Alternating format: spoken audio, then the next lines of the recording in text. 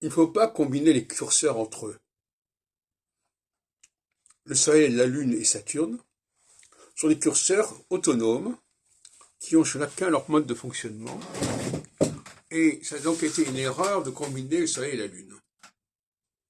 La Lune a son propre cycle, le Soleil a son propre cycle, Saturne a son propre cycle, et ils n'ont pas à être combinés. Et c'est cette combinaison qui a donné malheureusement les 12 mois. Parce qu'en fait, quand on y réfléchit bien, la Lune c'est d'abord le 4. C'est la nouvelle Lune, la demi-lune ascendante, la pleine Lune, la demi-lune descendante. C'est 4. Le Soleil c'est pareil, c'est les 4 saisons. Et Saturne c'est également 4 périodes de 7 ans. Donc le fait de combiner des cycles entre eux crée une sorte de nouvelle cyclicité complètement artificielle. Par exemple, le Soleil, il a un cycle annuel, la Lune a un cycle mensuel, et aucune raison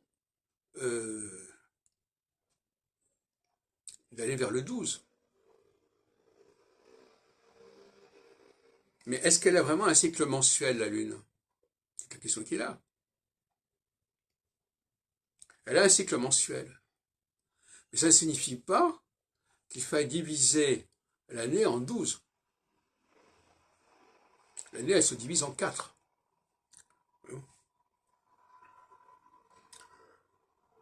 De la même façon, comme je l'ai dit cet après-midi,